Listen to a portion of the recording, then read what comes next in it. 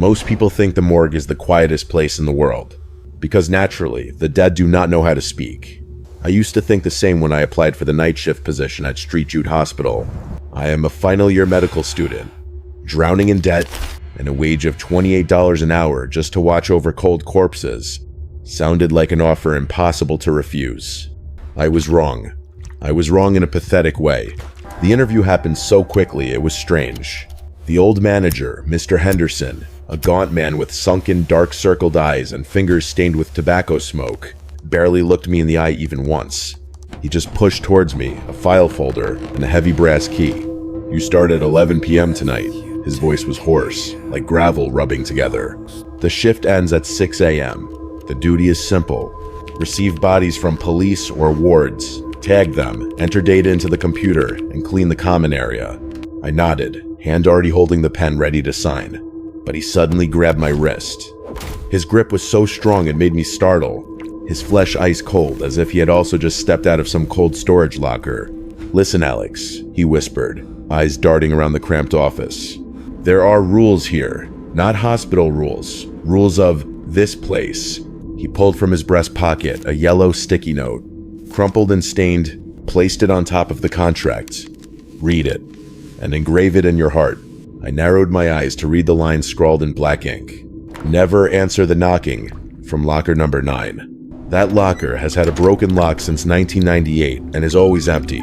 If you hear knocking, put on headphones and turn the music up to max volume. If the hallway lights start flickering, close your eyes immediately and count to 10.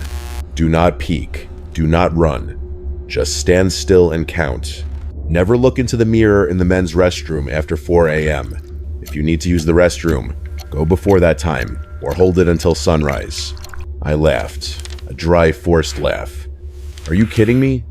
Is this a rookie hazing ritual?" Henderson did not laugh. He stared at me, blankly, his expression so serious that the smile on my lips vanished. "I wish I was kidding," he said, then let go of my hand. "The person before you." He looked into the mirror at 4:15 a.m. We found him trying to use a scalpel to cut off his own eyelids because he said he didn't want to see it anymore. The story sounded crazy, reeking of fabrication to scare children.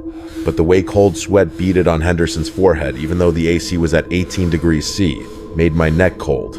I swallowed hard, folded the paper, and stuffed it into my pocket. "All right, I will remember. Tonight is my first shift. It is now 2 a.m. The morgue is on basement level B2, completely isolated from the noise of the hospital above. The air here is thick, heavy, carrying the pungent smell characteristic of formaldehyde mixed with the scent of cold metal. The only sound I heard was the monotonous drone of the ventilation system and the occasional clicking sound of old fluorescent lights. I sat in the glass office, looking out at the long corridor with 2 rows of gleaming stainless steel freezer lockers. There are a total of 40 lockers. Locker number 9 is in the bottom row, on the right in my line of sight. It was closed. Of course it was closed. But just now, when I was bending down to tie my shoelace, I swear I heard a sound. Very small, very faint. Knock. Just one sound. Like someone using a knuckle to tap lightly on the inside of a thick steel sheet. I snapped my head up to look. The hallway was empty. Locker number 9 remained silent under the pale white light. "Just water pipes," I muttered, trying to adjust my breathing, which was starting to rush. I reached for the coffee cup, but my hand shook so much it spilled a little dark brown liquid onto the desk. That was when I realized tonight would be much longer than I thought. I spent the next 45 minutes trying to convince myself that I was an idiot. It was a skill I had mastered over 6 years of medical school, rationalizing everything. That noise earlier, just the thermal expansion of metal. Henderson's weird look? That old man smokes too much and is probably chronically sleep deprived. There is nothing ghostly here. Only science, biology, and this damn cold. I turned on the old radio in the office, letting soft jazz music fill the suffocatingly silent space. The job was quite boring. I checked the list of current bodies again. 12 lockers occupied, 28 lockers empty. Locker number 9 was marked maintenance in red ink in the management software. Reason: broken internal latch. The wall clock read 3:13 a.m. I leaned back in the chair, taking a sip of stone-cold coffee. The bitter taste lingered in my throat. I closed my eyes, enjoying the rare moment of peace. K-knock. K-knock. Knock. My eyes snapped open. My heart skipped a beat, strong enough that I felt a sharp pain in my chest. That sound did not come from the radio. It was not the water pipes either. It rang out clearly, sharply, and rhythmically. A hollow, metallic sound. I slowly turned my chair, directing my eyes to the glass window of the office. The hallway was still empty. But that sound, it was coming from the bottom row of lockers. Specifically the fourth locker from the left. Locker number 9. Knock. Knock. Knock. This time, the knocking was louder. It was like someone was inside, using a fist to punch hard against the locker door.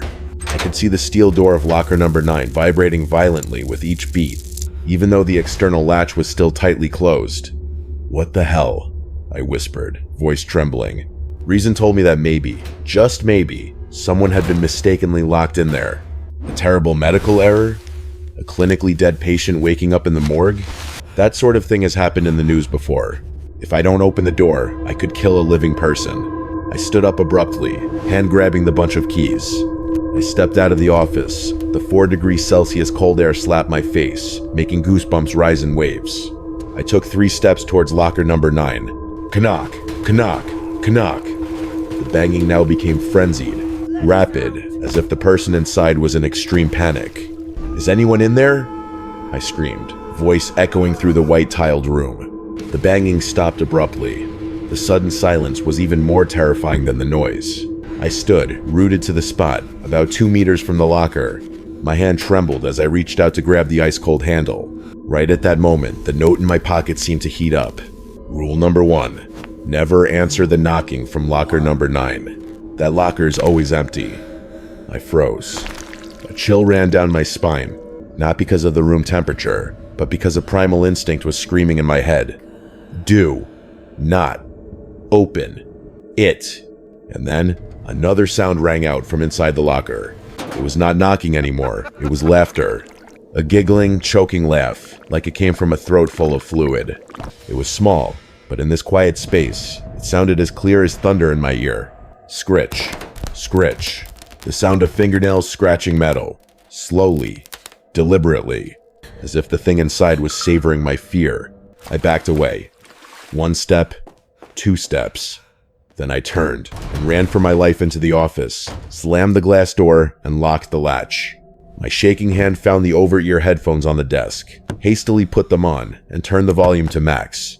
Blaring rock music pounded my ears, but I swear, through that thick base layer, I could still feel the vibration of metal echoing from the hallway. I collapsed under the desk, hugging my knees tight, eyes shut tight. I don't know how long I sat there. 10 minutes? Or 1 hour? Only when a landline phone rang, cutting through the chaotic train of thought, did I dare open my eyes. It was the internal line from the ER. Morgue speaking. My voice was lost. "We have a new case coming down." The duty nurse's voice rang out, tired and hurried. "Male, John Doe. Police just found him in the woods. Get ready to receive. They are coming down the elevator." I looked at the clock. 3:45 a.m.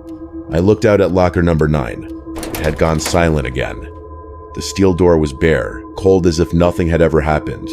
But I knew tonight was only truly beginning. The freight elevator opened with a cheerful ping.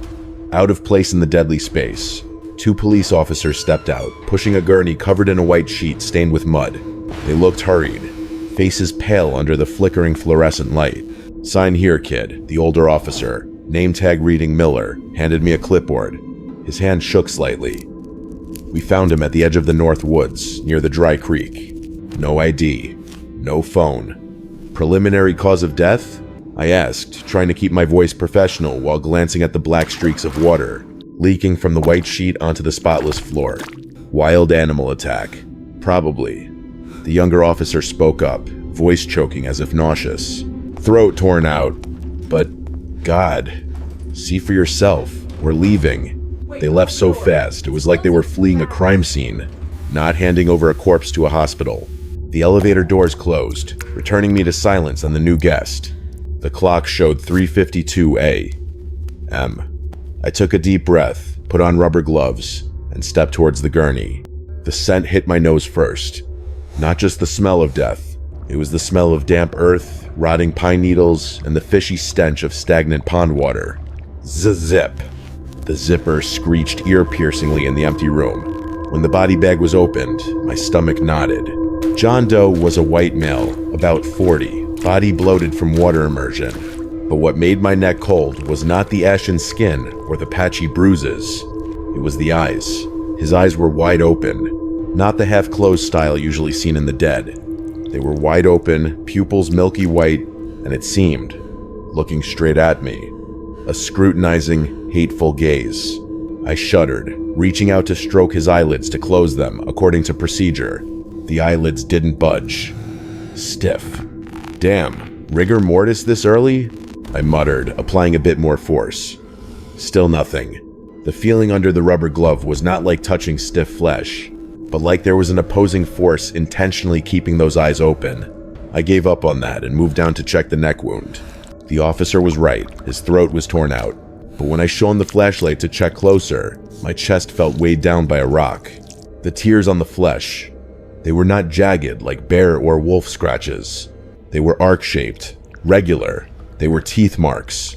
But the aperture of this jaw was too wide for a human, and too flat for a carnivore. Marks left on the collarbone showed a terrible biting force, enough to crush bone. I quickly tied the tag. John Doe, 3:55 a.m. to his ice-cold big toe, then covered him with the sheet. I didn't want to look at those eyes for another second. I pushed the gurney towards locker number 12, located on the top row, a safe distance from that devilish locker number 9. Using all my strength, I lifted the body tray and slid it into the locker. The metal rollers squeaked, echoing. Clack. The door of locker 12 closed. I sighed in relief, took off gloves and threw them in the medical waste bin. But just as I turned my back to walk towards the office, I felt it. A tingling sensation ran down the back of my neck.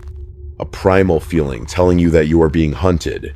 Even though locked behind 5 centimeters thick steel, I still felt John Doe's milky eyes looking through the door, stuck fast to my back, which was soaking with cold sweat. And then, the ceiling lights started flickering. Pop. ZZ. Pop. The long corridor plunged into darkness, then flared up intermittently. My heart stopped a beat. I remembered the crumpled paper in my pocket. Rule number 2. If the hallway lights flicker, close your eyes and count to 10. Close eyes. That command screamed in my head, drowning out every survival instinct, screaming for me to open my eyes to observe the danger. I stood frozen in the hallway, hands clutching the hem of my scrubs. Eyes shut so tight it hurt.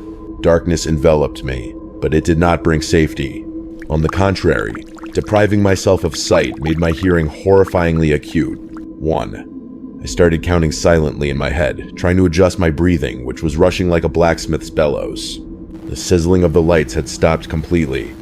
The space fell into absolute silence. No more AC sound, no more hum of the freezers. Only the sound of blood thumping in my ears. 2. 3. Thud. A new sound appeared. It was wet, heavy, like the sound of a piece of raw meat falling onto a tiled floor.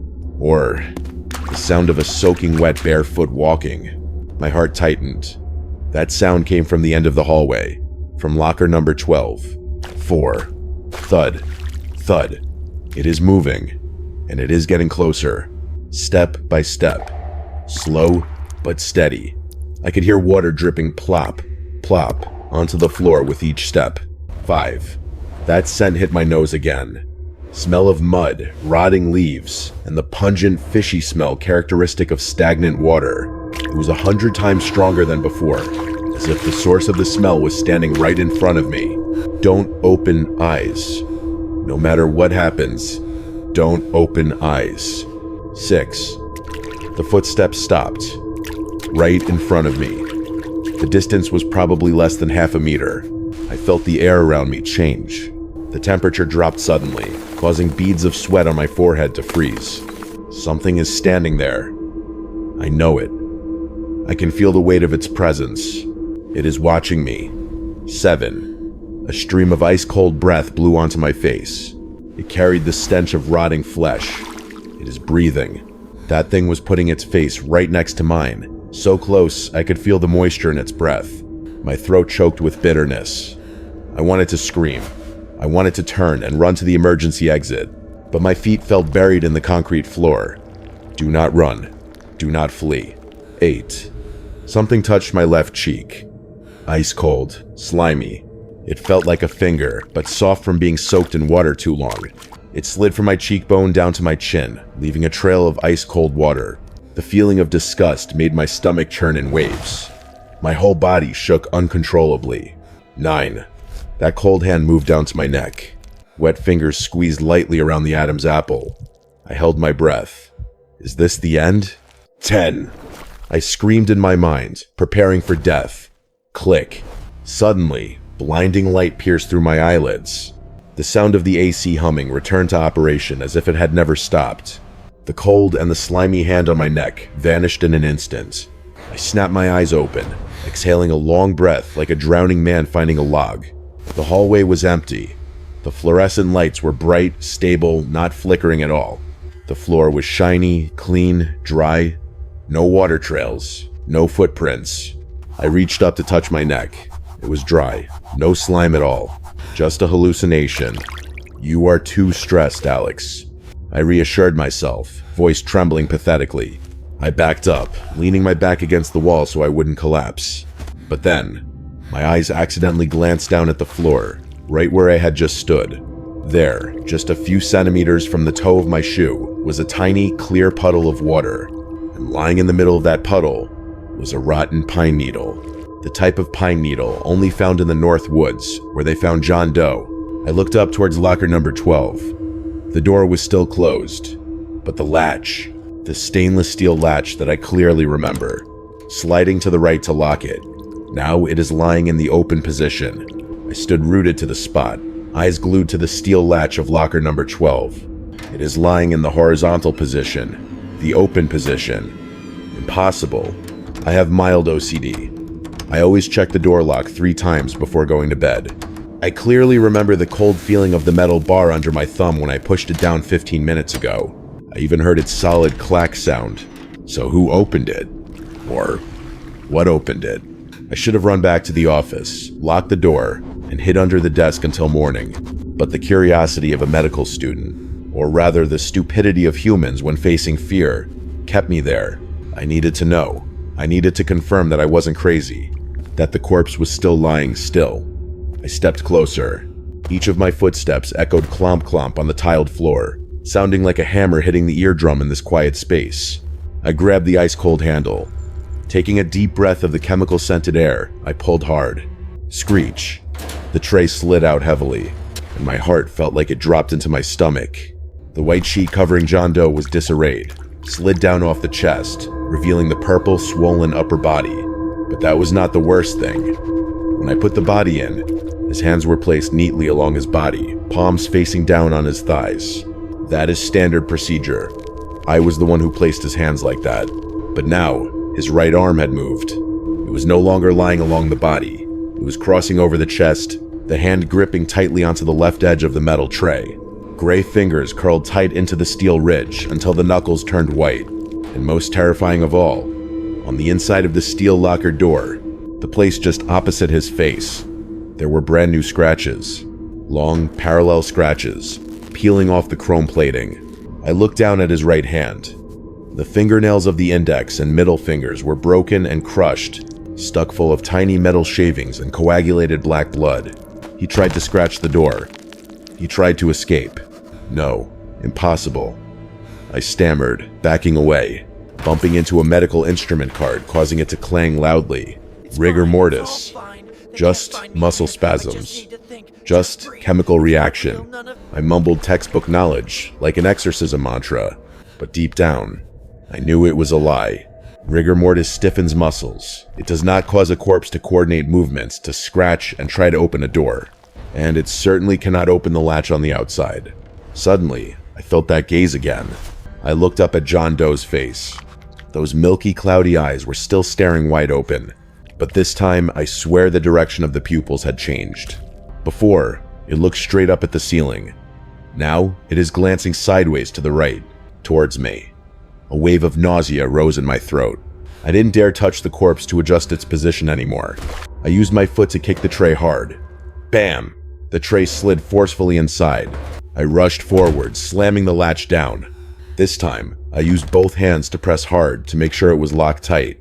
I backed away, panting. Cold sweat streamed down the back of my shirt, sticky and uncomfortable. I felt dirty, feeling like that slimy touch earlier in the hallway. And the gaze of that corpse had coated me in an invisible layer of filth. I needed to wash my face. I needed cold water to splash on my face, to wake up. I looked at the clock on the wall. 4:05 a.m. I sighed in relief. Past 4 o'clock. Wait. I ransacked my memory, hand reaching into pocket, pulling out the crumpled paper. My hands sweat blurred part of the black ink writing. Rule number 3. Never look into the mirror in the men's restroom after 4 a.m. My head spun. I read it again. After 4 a.m. Not before. It's after. Nausea and panic had clouded my reason. I was convinced that the dangerous time mark had passed. But no, it had just begun. And worse, I had been standing right in front of the men's restroom door without realizing it. The wooden door was ajar, revealing a white porcelain sink and a large rectangular mirror hanging on the wall. From this angle, I hadn't seen my reflection yet, but I heard water running. Trickle, trickle. Someone had turned on the tap. The sound of rushing water was like a drill spiraling deep into my tense eardrums. The water flowed so hard I could hear it splashing onto the tiled floor. Reason screamed, "Don't go in there. Return to the office immediately." But my body betrayed my brain. The burning thirst after hours of stress, plus the strange urge that water will wash away the filth, pulled my feet across the doorframe. I told myself a stupid plan. I will walk in, keep my face down towards the ground, turn off the tap, and walk out. Absolutely do not look up. I stepped in. The smell in the restroom was not the usual bleach scent. It reeked of pond, mud, and the fishy stench of dead fish. The floor was flooded. My sneakers splashed through pools of pitch black, ice-cold water. I kept my head down, staring only at the tips of my shoes. I fumbled towards the sink. My hand touched the ice-cold water valve. I turned it hard. Thud. The sound of running water stopped completely.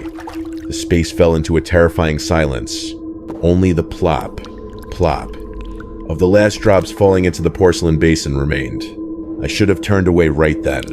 But just as I was about to withdraw my hand, I saw something in the sink. The water was not clear. It was cloudy, clotted with patches of green moss, and hair. Long, tangled locks of black hair were swirling down the drain. Damned curiosity made me squint to look closer, and in a moment of absent-mindedness, a deadly natural reflex occurred. When you bend down over a sink, you will look up at the mirror. I lifted my head. My eyes met the large rectangular mirror. In the first tenth of a second, I only saw my own face. Pale, sweat-matted hair, dark circles under eyes from fear. But the very next second, the blood in my body froze. In the mirror, I was not standing alone. Right behind my left shoulder, so close, his chin almost touched my shoulder, was John Doe.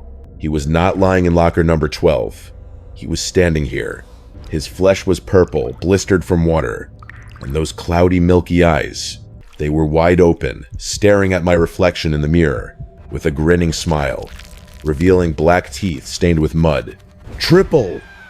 Triple!" I screamed, spinning around and punching hard behind me in self-defense instinct. Air. My fist hit only air. Behind me was completely empty. Only the cold white tiled wall. No John Doe. No corpse at all. The restroom door was still ajar, as it was when I entered. Hallucination. Just a hallucination. I panted, heart beating like it wanted to burst my chest. I turned back, gripping the sink edge to keep balance, and I looked into the mirror again. This time, my reflection. I did not move. I was gasping, chest heaving, but the me in the mirror was standing motionless. The me in the mirror was looking at me with a completely different expression. A motionless, cold face, and the eyes. But the eyes in the mirror were slowly turning stark white, cloudy, like dead fish eyes. Then the me in the mirror smiled. A twisted, creepy smile, not belonging to a human. It raised a hand, not to smooth hair, but to wave hello to me, and from the corner of that reflection's mouth, a stream of pitch-black water started gushing out, flowing down the chin, dripping onto the white lab coat. Clack, clack. Sounds rang out from the hallway outside. The sound of metal crashing. Not from Locker 9. Also not from Locker 12. That sound was coming from all the lockers. 40 steel doors were vibrating violently at the same time. I rushed out of the restroom like a cornered beast. The laughter of the reflection in the mirror still echoed in my ears, cold and full of mockery. But the scene outside the hallway was what truly made my knees go weak. The morgue had turned into a nightmare of sound and metal. Bam, bam, bam. Not just shaking. 40 freezer doors were being punched hard from the inside. The sound of metal crashing against latches created a harsh, ear-splitting symphony. It was like a prison riot. But none of the prisoners here were still breathing. I covered my ears tight, stumbling back towards the opposite wall, my eyes glued to locker number 12. Its door had burst wide open. The steel tray slid all the way out, bending downwards as if it had just borne a terrible weight. And it was empty. No John Doe, no bloated corpse at all. Only the torn body bag remained. White plastic shreds scattered on the floor, mixed with pools of pitch-black water. Thud, thud, thud. Amidst the chaotic noise, I heard the sound of wet bare feet. It did not come from the hallway. It came from the ceiling. I looked up. On the ventilation pipes running along the ceiling, a dark shadow was moving. It crawled on all fours, body twisted unnaturally, joints cracking with every movement. It clung to the pipes like a giant spider. Its face turned upside down to look at me. It was John Doe, but his mouth had split open to the ears, revealing sharp teeth full of mud. He shrieked piercingly, then dropped down right between me and the office door. Thud. The heavy landing splashed dirty water onto my trouser legs. "Run!" Survival instinct screamed. I couldn't run to the office. He was blocking the way. I turned and dashed towards the emergency exit at the end of the hallway. I slammed my hand on the push bar. Thud. Locked. Damn it. The emergency exit was chained from the outside with a huge iron chain. I frantically shook the door, screaming in despair. Behind my back, wet footsteps were approaching. Slowly. Leisurely. He knew I had no escape. I looked around frantically for a weapon. My eyes landed on the medical instrument cart tipped over nearby. A scalpel lay on the floor. I lunged to grab the knife, then spun around, back pressed against the emergency exit. John Doe stood 5 meters away. He tilted his head, neck bones cracking. He raised a mangled hand, pointing towards the duty office, the only place with light remaining. Did he want to herd me in there? Or was he playing? Suddenly, all the other locker doors burst open simultaneously. Bam! From the darkness of the empty lockers, cold smoke poured out, forming vague shapes. The room temperature dropped to sub-zero. My breath turned into thick white mist. John Doe roared, lunging towards me. I threw the cart towards him to block the way, then used all my strength to squeeze through the narrow gap between him and the wall, running for my life towards the office. He missed, claws tearing a large chunk of my lab coat, leaving 3 burning scratches on my back. I dashed into the office, slammed the door, and turned the latch. I dragged the heavy filing cabinet to block the door. Outside the tempered glass, John Doe's swollen face pressed against it. He banged hard on the glass. Bam! The glass vibrated, but didn't break. He looked at me, grinned, then slowly backed away into the darkness. The banging outside stopped. Silence returned. But this time, it carried the taste of death. I slid down to the floor, holding my head. I was trapped, besieged. While fumbling under the desk to find the safest hiding spot, my hand touched a hard object taped tightly to the underside of the tabletop. I tore it off. It was a small notebook, worn black leather cover. I opened the first page. Familiar handwriting. It was Henderson's, the old manager. The 12th of October, 1998. We woke it up when expanding Zone B 2 deeper underground. The first body was not a patient. It was something that had been here before this hospital was built. I flipped the pages fast, hands shaking. The last pages were scrawled, full of panic. The 3rd of November 2023. Rule number 9 is not to keep it in, but to keep us sane. If you are reading this line, it means you have broken the rules. You looked at it, you heard it. Now it knows you are scared, and fear is the only thing that helps it escape that shell. The The last line was written in red ink. Bold. The only way to survive when it has escaped. Don't let it see your eyes. It borrows the eyes of the living to find its way back to this world. Blind yourself, or make it unable to see you. I looked out the glass door. John Doe was no longer there, but the lights in the office started flickering, and from the gap under the door, a pool of pitch-black water was slowly seeping in. Don't let it see your eyes. The red ink writing in the diary seemed to dance before my eyes. A cruel choice. I looked at the scalpel, still clutched tightly in my right hand. The sharp blade glinted under the flickering light that was about to go out. Blind myself? No, I can't. My hand shook uncontrollably, not out of fear, but because of the resistance of human instinct against self-destruction. I didn't have the courage to plunge that blade into my own cornea, but that pitch-black pool of water had spread to the legs of the chair. The pungent stench was choking the air in the room. Crack! The tempered glass started to crack. The cracks ran along the door like spider webs, making a horrible cracking sound. Outside, the dark shadow of John Doe stood tall, his hand pressing hard against the glass. He wasn't banging anymore. He just pressed, slowly, using supernatural strength to crush the final barrier. I threw the knife away. I grabbed the first aid kit on the shelf behind me. Gauze. Medical tape. I tore open the gauze roll, wrapped it tight around my head, covering my eyes. 1 turn. 2 turns. 3 turns. I tightened it so much my head spun. Then, I used a roll of wide tape to tape over the gauze layer, sticking it tight to my facial skin, ensuring not a single ray of light could pass through. Darkness completely enveloped me. An active darkness. I backed away, crawled into the corner of the room, curling up under the cold metal desk. I covered my ears tight, but immediately I remembered. It needs to see my eyes. Headphones are useless now. Crash! The glass shattered completely. Thousands of fragments fell to the floor, rattling like hail. A bone-chilling cold draft rushed into the office, carrying a strong smell of mud. The AC sound died. The space fell into absolute silence, except for the sound of footsteps. Thud, thud, thud. The sound of bare feet stepping on broken glass. Crunch, crunch. He was inside. I held my breath, arms hugging my knees tight, pressing myself against the cold wall. My heart beat so hard I feared he would hear it. Alex. A voice rang out. Not the hoarse voice of the monster. It was my mother's voice. Alex, what are you doing in there? Open your eyes and look at Mom, son. Tears welled up, soaking the gauze. My mother died 3 years ago from cancer. I knew it wasn't her. I knew it was a trap. But hearing that voice, soothing and full of love in this living hell, my will wavered violently.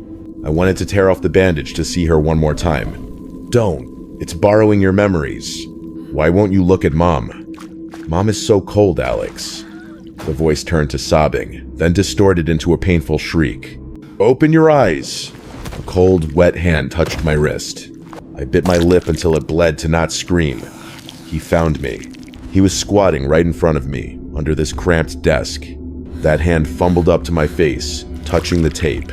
Sharp fingernails scratched lightly on the gauze fabric. Scratch, scratch. He wanted to peel it off.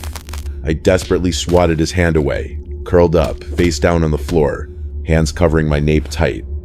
I turned myself into a shrimp, shielding every weak point. Scared? The voice was now Henderson's. Hoarse, mocking. Open your eyes, kid. Just one look. Everything will end. No more pain. Foul breath blew straight onto my nape. I felt his weight pressing down on my back.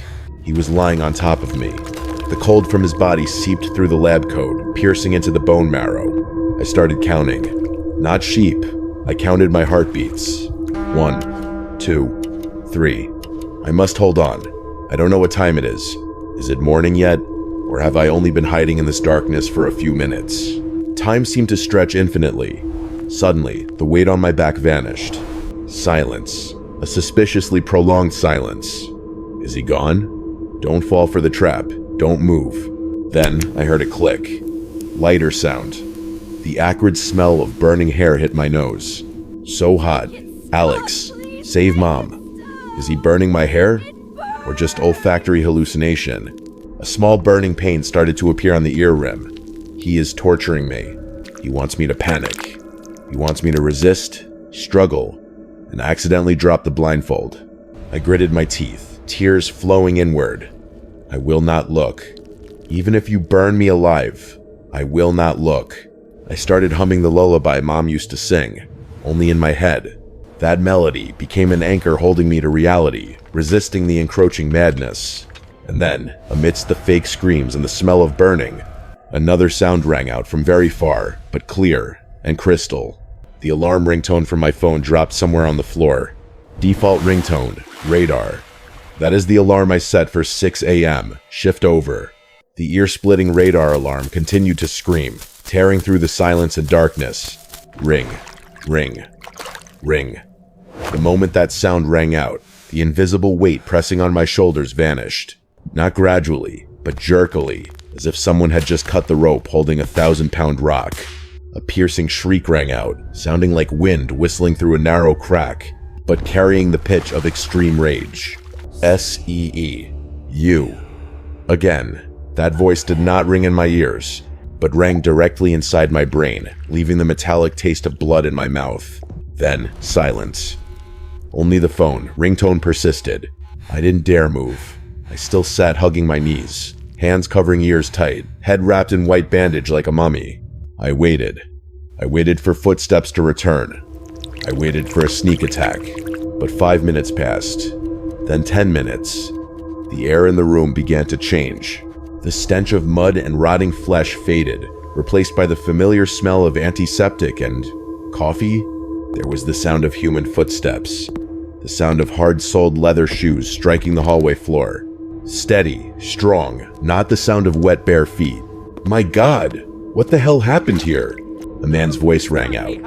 Voice of the morning shift doctor, Dr. Evans. I tremblingly raised my hand, fingernails scratching at the adhesive tape, sticking tight to the stinging skin. I tore it off. Light, weak morning light coming through the small high window hit my eyes, blinding me to tears. But it was the most beautiful light I had ever seen. I looked around the office. It was like a battlefield. Glass shattered everywhere. File cabinet overturned. Deep scratches on the metal desk surface. And on the floor, right where I had been sitting, was a pool of pitch black water starting to dry, leaving behind dirty residue in the shape of a pair of giant bare feet. I crawled up clumsily, limbs numb. I looked out into the hallway through the shattered glass door frame. All freezer doors were closed tight, orderly, aligned.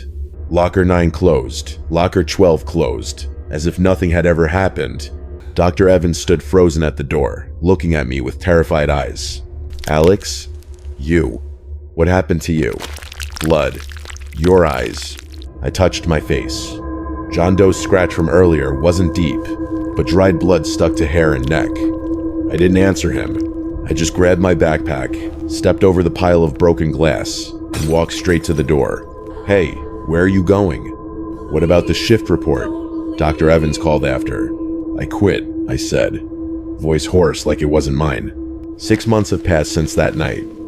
I dropped out of medical school. I moved to a small town in another state, thousands of miles away from Street Jude Hospital. I work online, limiting going out at night. I never went back to collect that night's wages.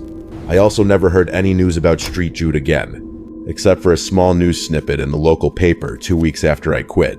A night shift security guard was found dead at Street Jude Hospital due to cardiac arrest. Police found no signs of forced entry. They said it was cardiac arrest. But I know he looked into the mirror. I am still alive, but I haven't completely escaped it. The price for curiosity is permanent haunting. My hair, once jet black, now has a patch of stark white right on the crown, where he touched and burned that night. And there is another change. A change that made me cover all the mirrors in my new apartment with black cloth. The morning after escaping, I looked into the car's rearview mirror. My eyes. They were still brown, but deep in the pupil, if looked at closely under direct sunlight, I saw a tiny white dot. It was not a cataract. It looked like the reflection of a man standing very far away, in a dark tunnel, smiling and waving. Every time I close my eyes to sleep, I don't see darkness. I see that hallway. I hear the knock, knock, knock ringing from inside my own skull. I write this story not for entertainment.